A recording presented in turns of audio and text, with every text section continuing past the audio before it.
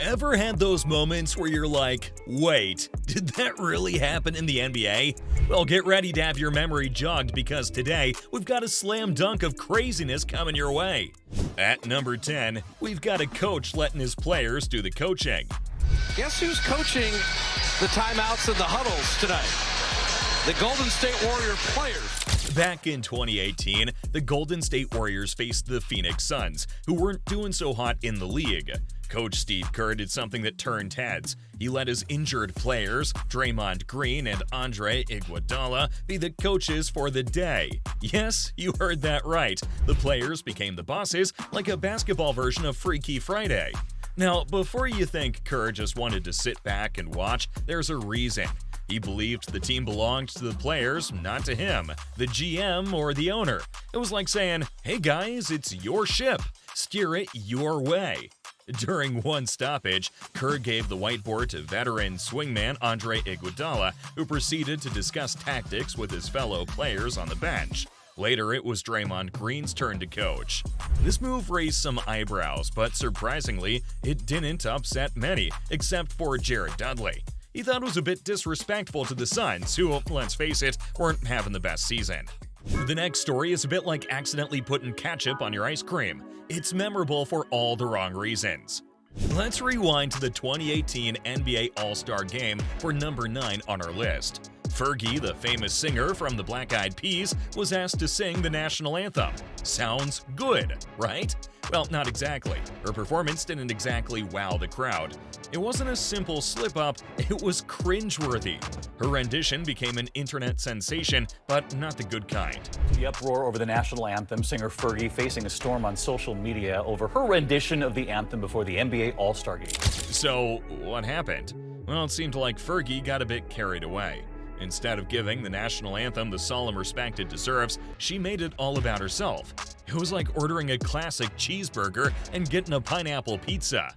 Oh, say, can you see by the dawn's early light?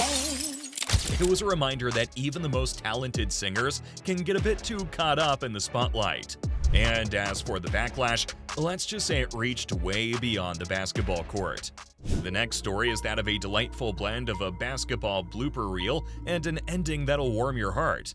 Number 8. Now, let's rewind the clock to the groovy year of 1991 and introduce you to none other than Charles Barkley, the man who boldly declared he's not your typical role model, and he meant it. I am not a role model. I'm not paid to be a role model. I am paid to wreak havoc on the basketball court. Barkley was known for his fiery passion on the court, but sometimes that passion got the best of him. It happened during a game against the New Jersey Nets. Barkley had enough of racial taunts from a Nets fan, and he lost it. He tried to spit on the heckler. Yes, you heard that right, but here's the twist. He missed the fan completely and hit a little girl sitting courtside. Oops, wrong target. Can you imagine if that happened today? Charles would break the internet. But in '91, things were different. He got a $10,000 fine and a 1-game suspension, which was a big deal back then. Now, here's the heartwarming part. Despite his temper and that epic spit fail, Barkley reached out to the little girl and her family. He made sure they had tickets to future games, turning a spit mishap into a tale of goodwill. The next story on our list is probably the craziest NBA story you've ever heard. For number 7, let's take a trip back to 2017, when Kentavious Caldwell-Pope was making waves in the NBA with the Lakers. That summer, KCPs signed a sweet 1-year, $18 million deal with the Lakers. He kicked off the season strong and became a crucial part of the team. However, in December, he pleaded guilty to a probation violation he committed during the summer. Pistons standout Kentavious Caldwell-Pope now facing charges as the season winds down. The incident happened in March of the same year when he was with the Detroit Pistons. KCP owned up to it and got slapped with a 12-month probation. However, he didn't follow through with mandatory alcohol and drug tests as part of his probation. So what happened next? KCP had to spend 25 days at the Seal Beach Police Department Detention Center in Orange County, California. However, there was a unique twist. He could still attend team practices and home games under a work release program. But when he stepped outside the facility, he had to wear an ankle monitor. Yes, you heard that right. KCP played several Lakers games with an ankle monitor on, and it sure got people talking. It's not every day you see an NBA player on the court with that kind of accessory. Next, we've got a training camp showdown that's more dramatic than a daytime soap opera. At number 6, we have the ugly training camp incident that happened in 2017.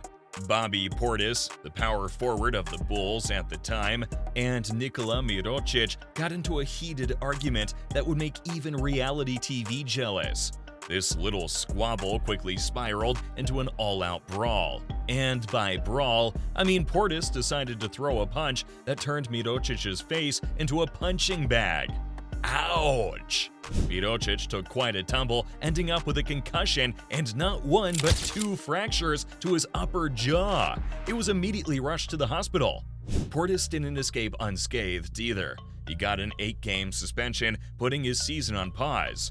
But what led to this brawl of the century, you ask? Well, Portis and Mirocic were locked in a fierce battle for the starting spot at power forward, and things went south, way south. If you're enjoying this video, please feel free to give a friendly tap on that like and subscribe button. It would be our MVP. Let's move on. Moving forward to number 5, Gilbert Arenas, the star player for the Washington Wizards, decided to bring a little something extra to the locker room. And by something, I mean 4 guns. Yep, you heard that right, 4 actual firearms. It's like he mistook the locker room for a shooting range. Now, you might wonder what in the world led to this madness. Well, it all started with a good old card game gone awry. Javarius Crittenton, his teammate, apparently threatened to shoot Arenas after losing a card game to JaVale McGee. I guess poker night took an unexpected turn. Days after the argument had ended, Arenas put 4 pistols in his backpack before practice and headed to the Wizards facility before pulling the guns on Crittenton in the dressing room. The NBA caught wind of this whole debacle, and Arenas didn't just get a slap on the wrist. No, he got a suspension for a significant chunk of the 2009-10 season. Next story on the list is one of the weirdest stories to have emerged from the world of the NBA. Number 4. Magic Johnson, the basketball legend and Lakers president, got himself in hot water for doing something we all do every day: giving a compliment. Back in 2018, Magic Johnson was president of basketball operations for his beloved Los Angeles Lakers, and that was when Giannis Antetokounmpo was starting to establish himself as one of the best. And when asked about the similarities between his and Giannis's game, Magic had a lot to say, praising the Bucks star quite a bit. What did Magic say? He said, "Giannis is going to put Milwaukee on the map, and I think he's going to bring them a championship one day." Now, tell me, is there anything wrong with that? Apparently, the NBA thought so. In the world of tampering, where even a friendly nod can be seen as recruitment, Magic's words triggered a whopping $50,000 fine. It's like getting a speeding ticket for admiring someone's fast car. But here's the real twist. Magic was talking about Milwaukee, not his Lakers. It's like complimenting your friend's new pet and getting charged with pet theft. We have 3 more stories to talk about. These were the stories that shook the NBA to the very core. Number 3. Doni wasn't your run-of-the-mill ref. He had 13 years on the court, officiating 772 regular season games and 20 postseason matchups. You might remember him from the infamous Pacers vs. Pistons brawl or his clashes with Rasheed Wallace. But in June 2007, the NBA's reputation took a hit.